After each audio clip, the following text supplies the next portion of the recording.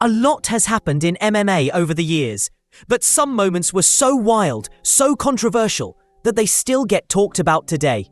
From shady weigh-ins to full-on cage brawls, today we're breaking down some of the most unforgettable scandals in UFC history. Let's get into it! Brock Lesnar's comeback at UFC 200 was supposed to be massive. And it was. But it didn't come without controversy. Just weeks before the event, the UFC granted Lesnar a USADA exemption, letting him skip the required 6-month testing pool for returning fighters. It was clear. They needed star power after both Jon Jones vs Cormier 2 and McGregor vs Diaz 2 fell through. Lesnar went on to beat Mark Hunt by decision, but that didn't last long. Days later, it came out that he tested positive for clomiphene, an estrogen blocker commonly used after a steroid cycle. Hunt was furious, saying the UFC knew Brock was juiced to the gills. The result was overturned to a no contest, but UFC 200 still raked in huge numbers. And Brock? He walked away with millions and delivered one of the most infamous lines in UFC history. "I'm a white boy and I'm jacked. Deal with it." Charles Oliveira loses his belt on the scale. UFC 274 should have been a title defense for Charles Oliveira. Instead, it turned into a disaster. Charles missed weight by half a pound and was stripped of the lightweight belt. But here's where it gets sketchy. Multiple fighters on the card complained that the official scale was off. Charles had weighed in at 155 the night before, and even in the back, but somehow came in over on the commission scale. Dana White called it a nightmare, but insisted rules were rules. Charles still beat Justin Gaethje the next night, but the belt remained vacant. It was one of the most controversial weight misses in UFC history. Daniel Cormier and the infamous Towel Gate.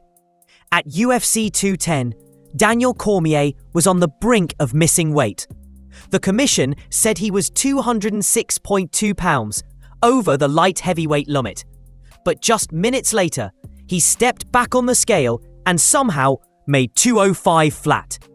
The internet exploded. Footage clearly showed DC grabbing the towel, using it to offset his weight just enough to qualify.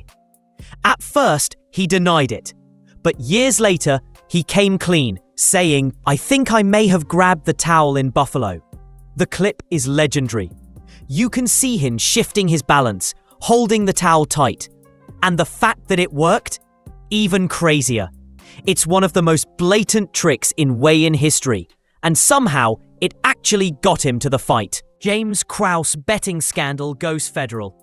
The James Krause story might be the biggest scandal MMA has ever seen. It started when suspicious bets flooded the market before a fight between his fighter Darrick Minner and Shaylan Yordembike. Minner had a bad knee, and it gave out immediately. The odds had moved hard in Shaylan's favor just hours before. Turns out, Krause was running a Discord with thousands of members, offering betting advice and allegedly sharing insider info. He even admitted on air, "I make more money gambling on MMA than coaching or fighting." Now, the FBI is involved. Fighters who trained with Krause are banned from competing. And Dana White didn't mince words. They're going to federal prison. This isn't just about suspensions anymore. This is criminal territory. Jon Jones forces UFC 232 to move cities. Only Jon Jones could cause an entire UFC event to relocate, and still headlined the show. Just days before UFC 232 in Las Vegas, Jones returned another abnormal drug test. This time for a tiny trace of the same long-term metabolite he'd previously tested positive for. The Nevada Commission didn't have time to investigate, so Dana White made a drastic call. Move the entire event to California. Flights, hotels, and logistics all went out the window for fans, fighters, and coaches. Fighters who prepped in Vegas had to travel last minute, mid-cut. The fallout was brutal, to take care of the others. But for many, it was a clear sign. If you're a big enough star, the rules don't always apply. Nick Diaz gets 5 years. Nick Diaz has always been a wild card, but nothing shocked fans like the Nevada Commission handing him a 5-year suspension for marijuana back in 2015. He had tested positive, again, and this time they dropped the hammer. The fine? $165,000. The ban? 5 years. Fans and fighters alike were furious, especially since fighters who tested positive for PEDs often got less, even Anderson Silva, who failed for anabolic steroids, only got 1 year. The backlash was intense, and after public outcry, the suspension was eventually reduced to 18 months. But the damage was done. Nick said it best. They can't beat me in a fight, so they drag me into their little court and try to take my money. Khabib vs McGregor explodes at UFC 229. The Khabib vs McGregor rivalry was already heated. Trash talk, religion, family insults, and that infamous bus attack. But the chaos peaked after the fight. Khabib dominated Conor and submitted him in round 4. But instead of celebrating, he leapt over the cage and attacked Conor's teammate Dillon Danis. Meanwhile, members of Khabib's camp jumped into the cage and swung at Conor. It was the wildest post-fight scene in UFC history, and it happened on the promotion's biggest stage. Dana White called it the worst night ever, and Khabib was fined $500,000. But for many fans, that moment defined his legacy as much as any victory. The Reebok deal changes everything. Before 2015, UFC fighters could wear whatever they wanted in the octagon, and they made good money doing it. Sponsorships were often worth more than fight purses. But when the Reebok deal kicked in, that all changed. Gone were the flashy shorts and custom banners. In came standardized kits and a flat sponsor payout based on tenure, not popularity. Big-name fighters lost tens of thousands per fight. TJ Dillashaw fights with one shoulder, then retires. Say what you want about TJ Dillashaw, but the man is a competitor to the extreme. When he faced Aljamain Sterling at UFC 280, fans didn't know he was dealing with a completely wrecked shoulder. Turns out, he did. Dillashaw later revealed he had dislocated his shoulder over 20 times during camp.